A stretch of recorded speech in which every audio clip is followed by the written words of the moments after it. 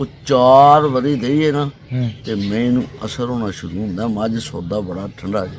ਤੁਹਾਨੂੰ ਮੈਂ ਪੰਜਾਬੀ 'ਚ ਗੱਲ ਸੁਣਾ, ਪਰ ਨਹੀਂ ਹੋਵੇ ਨਾ ਚਿੱਕੜ 'ਚ ਬੈਠੀ ਤੇ ਬੰਦੇ ਨੂੰ ਚੜ੍ਹ ਜਾਏ ਗੁੱਸਾ, ਬੰਦਾ ਦੌੜ ਕੇ ਉਹਨੂੰ ਛੋਟੀ ਮਾਰੇ ਨਾ, ਇਹ ਬੜੇ ਆਰਾਮ ਨਾਲ ਸੇਲਾ ਜਿਹਾ ਮਾਰ ਕੇ ਦੂਜਾ ਪਾਸਾ ਕਰਦੀ ਹੈ, ਕੋਲ ਬਾਲ। ਇਹ ਤਿਰਕਾ ਸੌਦਾ ਕੋਈ ਨਹੀਂ। ਜਿਹੜੇ ਬੰਦੇ ਸ਼ਾਮੀ ਕੋਈ ਚੀਜ਼ ਦਿੰਦੇ ਨੇ ਤੇ ਸਵੇਰੇ ਅਸਰ ਕੋਈ ਨਹੀਂ ਨਾ ਹੋਇਆ, ਉਹ ਦੂਜੇ ਕੋਲ ਕਹਿੰਦੇ ਨੇ ਯਾਰ ਕੋਈ ਨਹੀਂ ਕੰਮ ਹੋਇਆ। ਇਹਨੂੰ ਕੰਮ ਹੁੰਦਾ ਜਾ ਕੇ ਚੌਥੀ ਵਾਰੀ ਕੋਈ ਚੀਜ਼ ਦਈਏ ਨਾ, ਇਸ ਵਾਸਤੇ ਦੂਧ ਤਕਰੀਬਨ 52 ਸਾਲ ਉਮਰ ਜੇ 53 ਮਾਸ਼ਾਅੱਲਾ। ਤੇ ਮੇਰੇ ਤੋਂ ਪਹਿਲਾਂ ਹੀ ਮੇਰੇ ਵਾਲਾ ਸਾਹਿਬ ਦਾ ਵੀ ਮੱਝਾਂ ਨਾਲ ਹੀ ਵਾਸ। ਭਾਈਆਂ ਸਾਡੇ ਕੋਲ ਮੇਰਾ ਖਿਆਲ ਹੈ ਕੋਈ 100-125 ਜਾਨਵਰ ਹੈ ਜੀ। 120 ਤੋਂ ਵਿਕਦਾ ਜੀ ਖਾਲਸ ਖਾਲਸ ਤੇ ਜੇ ਆਮਦਨ ਕਰਨੀ ਹੈ ਫਿਰ ਤੁਹਾਨੂੰ 12 ਮਹੀਨੇ ਮਹੀਆਂ ਲੈਣੀਆਂ ਰੱਖਣੀਆਂ ਪੈਣੀਆਂ ਨੇ। ਤੇ ਜੇ ਬੰਦਾ ਨੇ ਨਾ ਕੰਮ ਨੂੰ ਸਮਝਦਾ ਤੇ ਆਮਦਨ ਅਮਰੀਕਾ ਦੀ ਵੀ ਹੋਵੇ ਨਾ, ਉਹ ਬਿਲਕੁਲ ਤਬਾਹੀ ਫਿਰ ਜਾਂਦੀ। ਅੱਜ ਅਸੀਂ ਚੁਣ ਕੇ ਲੈਂਦੇ ਹਾਂ ਤੇ ਉੱਥੋਂ ਲੈਂਦੇ ਹਾਂ ਜਿੱਥੋਂ ਸਾਨੂੰ ਚੰਗੀ ਮਿਲੇ। ਜਿਸ ਤਰ੍ਹਾਂ ਮੇਰਾ ਤਜਰਬਾ ਹੈ ਨਾ, ਮੇਰੇ ਵਾਲਦ ਸਾਹਿਬ ਦਾ ਤਜਰਬਾ ਸੀ, ਮੇਰਾ ਉਹਨਾਂ ਇੱਕ ਤਜਰਬਾ ਲੈਣ ਲੱਗੇ ਕਿ ਚੰਗੀਆਂ ਰੱਜੀਆਂ ਨੇ। मैं उन्होंने आख्या बज के मज़ा भी रजिए। बिस्मिल्लाहिर्रहमानिर्रहीम। अस्सलाम वालेकुम व्यूअर्स, आप देख रहे हैं business info official YouTube channel. Buffalo farming के हवाले से आज की वीडियो बहुत ही नायाब वीडियो है। 125 जानवरों के फार्म पर आज आपको लेके आया हूँ और इसहाक साहब की बातें बहुत ज़्यादा मैच्योर और इंतहाई तजर्बा कराना बातें हैं।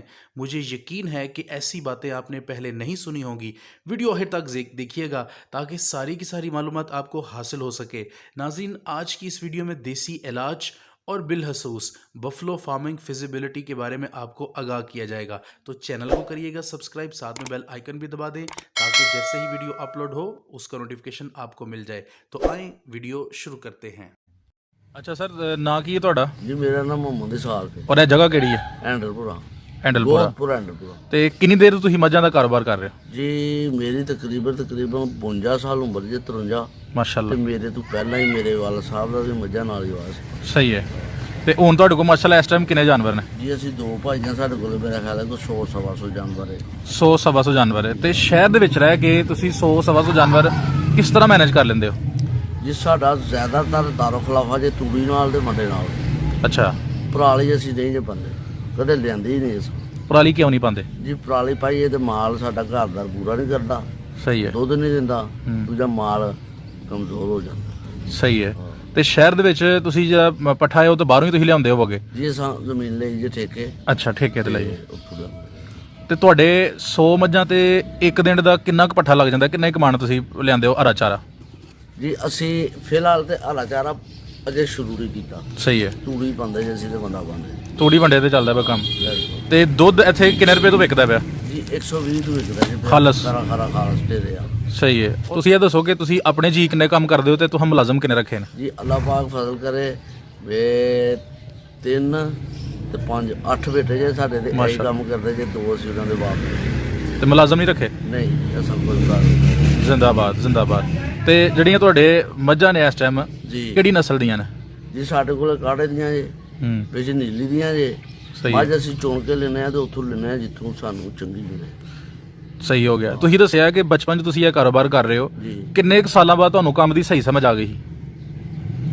ਜੀ ਅਸੀਂ ਜਿਸ ਦਿਨ ਵੀ ਇਸ ਕੰਮ 'ਚ ਪਏ ਹਾਂ ਨਾ, ਸਹੀ ਹੈ। ਜਿਸ ਤਰ੍ਹਾਂ ਮੇਰਾ ਤਜਰਬਾ ਹੈ ਨਾ, ਮੇਰੇ ਵਾਲਦ ਸਾਹਿਬ ਦਾ ਤਜਰਬਾ ਸੀ। ਅੱਛਾ। ਮੈਂ ਬਚਪਨ ਦਾ ਤੁਹਾਨੂੰ ਇੱਕ ਵਾਕਿਆ ਸੁਣਾਉਣਾ ਕਿ ਮੈਂ ਮਹੀਆਂ ਚਾਰਦਾ ਸਾਂ ਬਾਹਰ, ਅਸੀਂ ਝੋਟੀਆਂ ਲਿਆਉਂਦੇ ਸਾਂ ਮੰਡੀਆਂ। ਰਿਕਾਰਡਿੰਗ ਹੋ ਰਹੀ ਜੀ। ਮੰਡੀਆਂ ਲਿਆਉਂਦੇ ਸਾਂ ਅਸੀਂ ਝੋਟੀਆਂ, ਪਿੰਡ ਰਹਿੰਦੇ ਹਾਂ ਬਜਵਾ ਤੇ ਸਵਾ ਕੇ ਅੱਛਾ ਵੇਚਦੇ ਸਾਂ। ਸਹੀ ਹੈ। ਮਾਲ ਆਇਆ ਬੜਾ ਰੱਜ ਕੇ ਤੇ ਖਲੋਤਾ, ਮੇਰਾ ਅੱਬਾ ਲਗਾ ਕਹਿਣ ਚੰਗੀਆਂ ਰੱਜੀਆਂ ਨੇ। ਮੇਰਾ ਉਹਨਾਂ ਇੱਕ ਤਜਰਬਾ ਲੈਣ ਲੱਗੇ ਕਿ ਚੰਗੀਆਂ ਰੱਜੀਆਂ ਨੇ। ਮੈਂ ਉਹਨੂੰ ਆਖਿਆ ਬਜ ਕੇ ਤੇ ਮੱਝਾਂ ਵੀ ਰੱਜੀਆਂ ਨੇ। ਜ਼ਿੰਦਾਬਾਦ। ਉਹ ਫਿਰ ਕਹਿਣ ਲੱਗੇ ਵਾਕਿਆ ਹੀ ਮੁੰਡਾ ਕਾਮਯਾਬ। ਸਹੀ ਹੈ। ਮੱਝਾਂ ਕਿੱਥੇ ਰੱਜੀਆਂ? ਬਿਲਕੁਲ ਥੱਕ ਜਾਂਦੀਆਂ ਨੇ, ਰੱਜਦੀਆਂ ਨਹੀਂ। ਸਹੀ ਹੈ।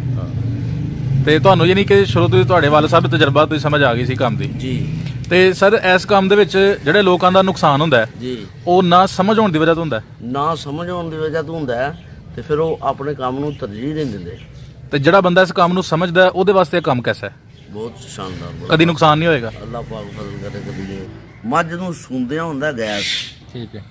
ਬੇਤਿਆਤੀ ਨਾਲ ਲਾ ਲਓ ਜਾਂ ਫਿਰ ਮੱਝ ਸੂੰਦੀ ਹੈ, ਮੱਝ ਨੂੰ ਜੇਰ ਨਹੀਂ ਪੈਂਦੀ, ਬੰਦਾ ਤਿਆਗ ਨਹੀਂ ਕਰਦਾ, ਉਹਨੂੰ ਛਿੱਕੀ ਨਹੀਂ ਪਾਉਂਦਾ ਤੇ ਉਹ ਜਿਹੜਾ ਪਿੱਛੇ ਨਾ ਹੂੰ ਮੱਝ ਜਦੋਂ ਜ਼ੋਰ ਆਉਂਦੀ ਹੈ ਨਾ ਹੂੰ ਤੇ ਘੜੇ ਦਾ ਸਮਝ ਲਓ ਅੰਦਰ ਵਾਲਾ ਪਾਸਾ ਨਾ ਜਿਹੜਾ ਹੂੰ ਉਹ ਬਾਹਰ ਆ ਜਾਂਦਾ।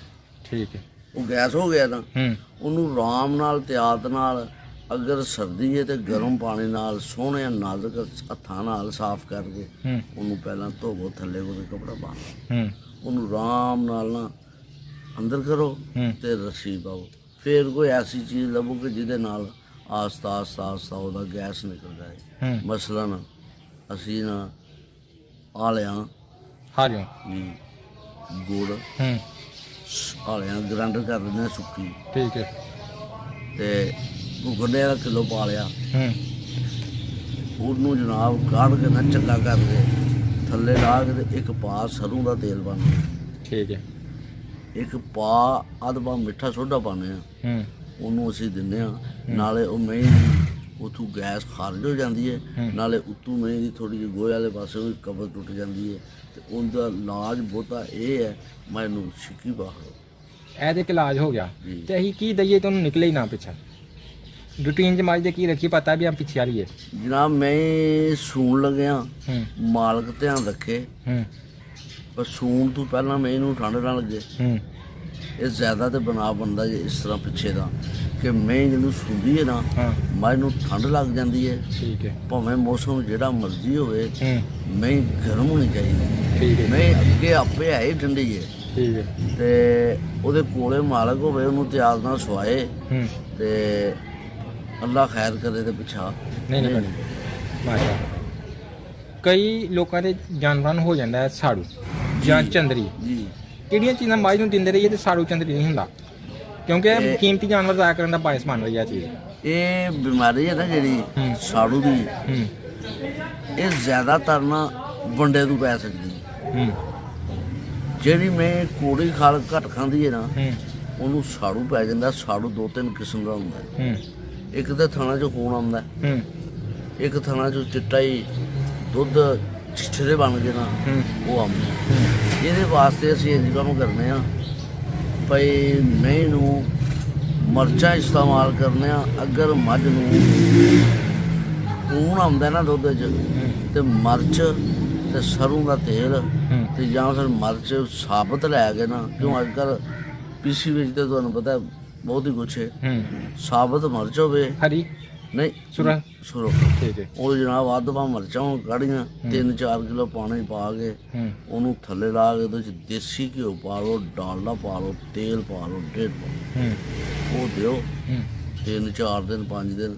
ਇੱਕ ਦੂਸਰੇ ਨੰਬਰ ਮੈਂ ਇਹਨੂੰ ਕੋਈ ਵੀ ਚੀਜ਼ ਦਿੰਦੇ ਹੋ ਨਾ, ਹੂੰ ਉਹ 4 ਵਾਰੀ ਦੇਈਏ ਨਾ ਹੂੰ ਤੇ ਮੈਨੂੰ ਅਸਰ ਹੋਣਾ ਸ਼ੁਰੂ ਹੁੰਦਾ। ਮੱਝ ਸੌਦਾ ਬੜਾ ਠੰਡਾ ਜੇ। ਤੁਹਾਨੂੰ ਮੈਂ ਪੰਜਾਬੀ 'ਚ ਇਹ ਗੱਲ ਸੁਣਾ, ਪਰ ਮੈਂ ਹੀ ਹੋਵੇ ਨਾ ਚਿੱਕੜ 'ਚ ਬੈਠੀ ਹੂੰ ਤੇ ਬੰਦੇ ਨੂੰ ਚੱਲ ਜਾਏ ਗੁੱਸਾ, ਹੂੰ ਬੰਦਾ ਦੌੜ ਕੇ ਉਹਨੂੰ ਛੋਟੀ ਮਾਰੇ ਨਾ, ਹੂੰ ਇਹ ਬੜੇ ਆਰਾਮ ਨਾਲ ਛੇਲਾ ਜਿਹਾ ਮਾਰ ਕੇ ਦੂਜਾ ਪਾਸਾ ਕਰਦੀ ਹੈ, ਕੋਲ ਬਾਹਰ। ਇਹ ਤਿਰਖਾ ਸੌਦਾ ਕੋਈ ਨਹੀਂ।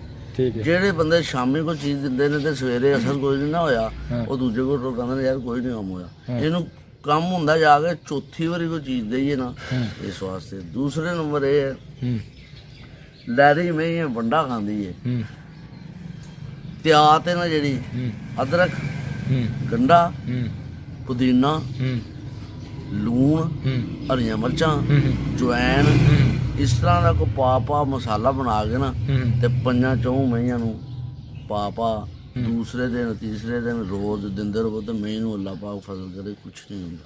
ਕੁਛ ਨਹੀਂ ਹੁੰਦਾ ਮਾਸ਼ਾਅੱਲਾ। ਬੜੀਆਂ ਹੀ ਕੀਮਤੀ ਬੜੀਆਂ ਹੀ ਨਜਾਬ ਗੱਲਾਂ ਨੇ ਤੁਹਾਡੀਆਂ। ਬੜੇ ਦੇਰ ਬਾਅਦ ਇਹੋ ਜਿਹਾ ਬੰਦਾ ਮਿਲਿਆ। ਅੱਗੇ ਵੀ ਇੱਕ ਦੋ ਦਫਾ ਇੱਕ ਮਿਲਿਆ ਸੀ ਮੈਨੂੰ ਬੂਟਾ ਸਾਹਿਬ ਡਾਲੋ ਵਾਲੀ, ਇੱਕ ਇੱਧਰ ਮੈਨੂੰ ਮਕਬੂਲ ਬੰਦਾ ਮਿਲਿਆ ਸੀ ਐਸ ਡਸਕੇ ਵਾਲੀ ਸਾਈਡ ਤੇ। ਜੀ ਅੱਛਾ ਅਸੀਂ ਤੁਹਾਡੇ ਕੋਲ ਪੁੱਛਣਾ ਚਾਹਾਂਗੇ, ਅਗਰ ਕਾਰੋਬਾਰੀ ਲਿਹਾਜ਼ ਨਾਲ ਦੇਖਿਆ ਜਾਏ ਜੀ ਤੇ ਇਹ ਮੱਝਾਂ ਦਾ ਕਾਰੋਬਾਰਾਂ 'ਚ ਕੈਸਾ ਕਾਰੋਬਾਰ ਹੈ? ਜੀ ਅੱਛਾ ਕਾਰੋਬਾਰ ਹੈ, ਅੱਲਾ ਪਾਕ ਫਜ਼ਲ ਕਰੇ, ਮੁਕੱਦਰ ਸਾਥ ਦੇ, ਦਾਲ ਰੋਟੀ ਅੱਲਾ ਨੂੰ ਬੰਦੇ ਨੂੰ ਪਿਆ ਹੀ ਦਿੰਦਾ ਹੈ। ਮੈਂ ਤੁਹਾਨੂੰ ਪਹਿਲਾਂ ਨੰਬਰ ਗੱਲ ਸੁਣਾਈ, ਇਸ ਬੰਦੇ 'ਚ ਫਾਇਦਾ ਉਹ ਬੰਦਾ ਲੈਂਦਾ ਹੈ ਜਿਹੜਾ ਬੰਦਾ ਆਪੇ ਇਸ ਕੰਮ ਨੂੰ ਸਮਝਦਾ ਹੈ ਤੇ ਕੋਸ਼ਿਸ਼ ਇਹ ਕਰੇ ਲੇਬਰ ਘਰ ਦੀ ਹੋਵੇ। ਜੇ ਲੇਬਰ ਘਰ ਦੀ ਨਾ ਹੋਵੇ ਤੇ ਸਾਰੀ ਦਿਹਾੜੀ ਵੇਲੀਓਂ ਓਠ ਨਾ ਹੋਵੇ ਆਪਣੀ ਨੂੰ। ਇਹ ਨਹੀਂ ਆਖੇ ਪਿਆ ਮੇਰੇ 4 ਮੁਲਾਜ਼ਮ ਨੇ ਕੰਮ ਕਰਨਗੇ। ਮੁਲਾਜ਼ਮ ਜਨਾਬ ਅੱਜ ਕੱਲ੍ਹ ਇਸ ਤਰ੍ਹਾਂ ਕਰਦੇ ਨੇ, ਮਾਲ ਬੱਧਾ 20 ਥਾਂ, ਉਹਨੂੰ ਪਾਣੀ ਡਾਇਆ ਤੇ ਇਹਨੂੰ ਪਾਣੀ ਡਾਇਆ, ਦੋ ਸਿਰਿਆਂ ਡਾਲ ਕੇ ਆਖਿਆ ਪਾਣੀ ਮੈਂ ਡਾਹ ਛੱਡਿਆ। ਲੇਕਿਨ ਬੇਜ਼ਬਾਨ ਮਾਲ ਉਹਨੇ ਬੋਲਣਾ ਤੇ ਕੋਈ ਨਹੀਂ। ਬਿਲਕੁਲ ਦੂਸਰੇ ਦਿਨ ਉਹਨਾਂ ਰੱਜ ਕੇ ਪੀ ਜਾਣਾ, ਹਾਂ ਉਹਨਾਂ ਵਿੱਚ 2-4 ਖਲੋਤੀਆਂ ਹੁੰਦੀਆਂ ਨੇ, ਹਾਂ ਕੰਮ ਥੋੜਾ ਹੀ ਹੈ ਹਾਂ। ਲੇਕਿਨ ਕੀ ਪਤਾ ਤੁਹਾਡਾ 2000 ਰੁਪਇਆ ਲੱਗ ਜਾਣ ਵਾਲੇ ਮੈਂ 15 ਦਿਨ ਦੁੱਧ ਵਾਲੇ ਪਾਸੇ ਨਾ ਆਵੇ, ਨਾ ਹੈ। ਯਾਨੀ ਨੁਕਸਾਨ ਹੋਇਆ। ਉਹ ਇਸ ਤਰ੍ਹਾਂ ਸ਼ੋਅ ਕਰ ਦੇਣ ਕਿ ਸਾਰਾ ਹੋ ਗਿਆ, ਬਗਿਆੜ ਹੋ ਕੱਟ ਗਿਆ, ਸਕਦੇ ਨੇ, ਬਿਲਕੁਲ। ਲੇਕਿਨ ਅੰਡਰ ਖਾਤੇ ਹੋਇਆ ਨਹੀਂ ਹੁੰਦਾ। ਉਹ ਯਾਰ ਨਹੀਂ ਹੁੰਦਾ। ਤੁਸੀਂ ਕਿਹਾ ਕਿ ਬੰਦਾ ਸਾਰਾ ਦਿਨ ਵੇਚ ਰਵੇ, ਕਈ ਬੰਦੇ ਕਹਿੰਦੇ ਨੇ ਕਿ ਵੇਚ ਵੀ ਰਹੀਏ ਤੇ ਜਿੰਨਾ ਚਿਰ ਮਾਲਕ ਧਾਰ ਨਾ ਕੱਢੇ ਉਹਨਾਂ ਚਿਰ ਉਹਨੂੰ ਨਹੀਂ ਅਸੀਂ ਕਹਿ ਤਾਂ ਗਰੰਟੀ ਦੇ ਸਕਦੇ ਕਿ ਉਹਨੂੰ ਕਾਮਯਾਬੀ ਹੋਏਗੀ। ਮੈਂ ਤੁਹਾਨੂੰ ਦੱਸਿਆ ਨਾ ਵੀ ਮਾਲਕ ਹੈ ਨਾ ਜਿਹੜਾ, ਹੂੰ ਬੈਟਰੀ ਬਾਲੀ ਜਾਵੇ ਨਾਲ ਨਾਲ ਤੇ ਪਿੱਛੇ ਪਿੱਛੇ ਮੁਲਾਜ਼ਮ ਤੁਰ ਜਾਵੇ, ਐ ਨਹੀਂ ਬੈਗ ਨਹੀਂ ਦੇਖੇ ਵੀ ਮੈਨੂੰ ਦੁੱਧ ਦੱਸੀਆਂ ਕਿੰਨਾ ਹੈ। ਹੂੰ। ਨਹੀਂ, ਇਸ ਤਰ੍ਹਾਂ ਮੈਨੂੰ ਗੱਲ ਬੰਦੀ। ਇਹ ਅਗਰ ਮੁਲਾਜ਼ਮ ਵੰਡਾ ਵੀ ਪਾਏ ਨਾ ਹਾਂ ਤੇ ਮਾਲਕ ਹਰ ਬਾਲਟੀ ਦੇ ਨਾਲ ਨਾਲ ਟੁਰਦਾ, ਉਹ ਜਿਹਨੂੰ ਸ਼ੌਕ ਹੈ। ਸ਼ੌਕ ਹੈ। ਪਰ ਕਿਸ ਤਰ੍ਹਾਂ ਇਹ ਪਾਉਂਦਾ ਪਿਆ, ਕਿਹਨੂੰ ਪਾਉਂਦਾ ਪਿਆ, ਇਹ ਜਿਹੜੀ ਮਾਝ ਨੂੰ ਵੰਡਾ ਪਾ ਰਿਹਾ ਇਹ ਐਨੇ ਵੰਡੇ 'ਚ ਵੀ ਹੈ ਜਾਂ ਇਹ ਵੰਡਾ ਦੂਜੀ ਮਾਝ ਨੂੰ ਪਾਉਣਾ ਚਾਹੀਦਾ, ਇਹ ਇਹਨੂੰ ਪਾ ਰਿਹਾ, ਠੀਕ ਹੈ। ਇਸ ਤਰ੍ਹਾਂ ਕੰਮ ਨਹੀਂ। ਤੁਸੀਂ ਦੱਸਿਆ ਕਿ ਬੂਰੇ ਤੱਕ ਲੋਕ ਤੁਹਾਡੇ ਨਾਲ ਰਾਬਤਾ ਕਰਦੇ ਨੇ, ਜੀ, ਸਾਡੀ ਵੀਡੀਓ ਵੇਖ ਕੇ ਵੀ ਲੋਕਾਂ ਨੇ ਤੁਹਾਡੇ ਨਾਲ ਰਾਬਤਾ ਕਰਨਾ ਹੈ। ਸਾਵਧਾਨ ਕੋਈ ਰਾਬਤਾ ਨੰਬਰ ਤੁਹਾਨੂੰ ਚਾਹੀਦਾ ਹੈ ਜੀ। ਤਾਂ ਕਿ ਅਗਰ ਕੋਈ ਦੋਸਤ ਤੁਹਾਡੇ ਨਾਲ ਇਲਾਜ ਪੁੱਛਣ ਦੇ ਹਵਾਲੇ ਨਾਲ ਜਾਂ ਮੱਝ ਖਰੀਦਣ ਦੇ ਹਵਾਲੇ ਨਾਲ ਗੱਲ ਕਰਨਾ ਚਾਹੇ। ਮੱਝਾਂ ਵੇਚਦੇ ਵੀ ਹੋ?